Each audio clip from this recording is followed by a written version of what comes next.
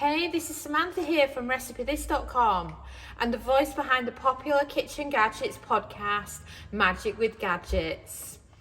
One thing that I've been asked about a lot is, can you cook frozen ready meals in the air fryer, or as you might call them, TV dinners, or meals for one, or whatever name you give them.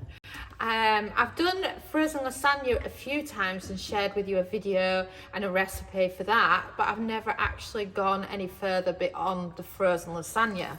So I decided to get a few ready meals and put them to the test in the air fryer to see how they compare to the oven cook times. So I've got sausages and mash.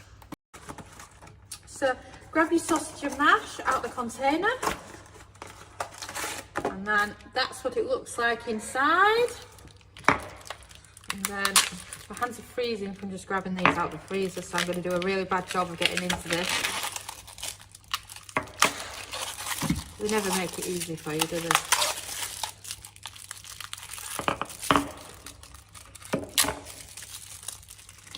Oh God, I can't feel my fingers.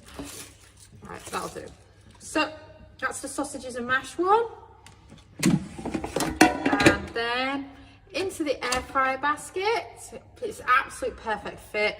We're using the Philips Air Fryer XL, and then place it in, turn it on, and we're looking for a temperature of 120 Celsius, that's 250 Fahrenheit, and a cook time of 10 minutes. This is perfect for kick-starting a defrost in your air fryer. And then press start.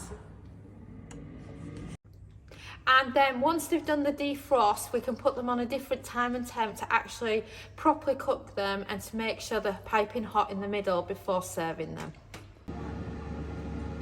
And we've beeped.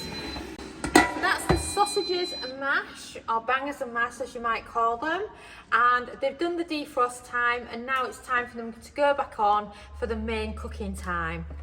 So place them back in the air fryer, and you're looking for a cook time of 15 minutes and a temperature of 180 Celsius, which is 360 Fahrenheit.